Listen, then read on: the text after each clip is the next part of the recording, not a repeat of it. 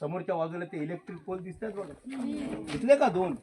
तिसरा electric pole बघा अर्धा झाडांमध्ये दिसतो.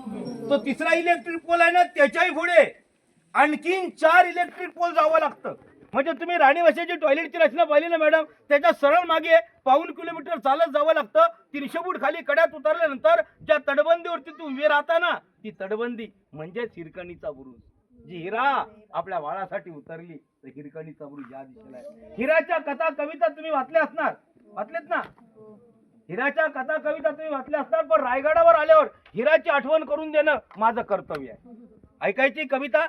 ऐकायची का? सुंदर कविता आहे. कुठल्या पाठ्यपुस्तकाने अभ्यास पूर्ण म्हणून ऐकवतो सर, लक्ष देऊन ऐका. रायगडावर राजधानी ती होती शिवछत्रपतींची, आणि कथा सांगतो ऐका मी येथील हिरकणी बुरुजाची.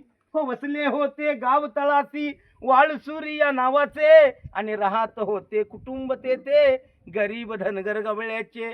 आई बाई को ताना मुलगा कुटुंब होते छोटेसे, आणि सोबत होते हिरा नावच्या तडवदार घरवालीचे. सांज सकाळी हिरा जात असे दूध घालिन्या गडावरी, चालत होती उपजीविका त्याने कीच्या धंद्यावरती. एके दिवशी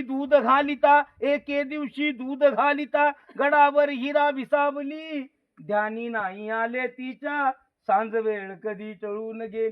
सूर्यदेव मावळतीला जाता होती गडाचे बंद दरवाजे, मनात व्याली हिरा म्हणाली घरी बाळताने माझे.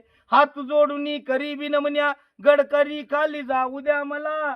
गडकरी म्हणतात नाही अनुज्ञा आम्हाला शिवरायाची. बाळाच्या आठवेने झाली माय माऊली वेडी पिसी, कडा उतरुणी धावत जाऊनी बाळाला ती घेई कुशी. आतुलनीय धाडस पाहून महाराज ही स्तंभित झाले, हिरास साडी चोळी देऊन प्रेमे सन्मानित केले.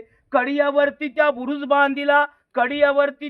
बांधिला साक्ष आईच्या प्रेमाची, आणि कथा अजूनही ऐकू येते येथील हिरकणी बुरुजाची. ही कथा अजूनही ऐकू येते, धन्यवाद, येथील हिरकणी बुरुजाची.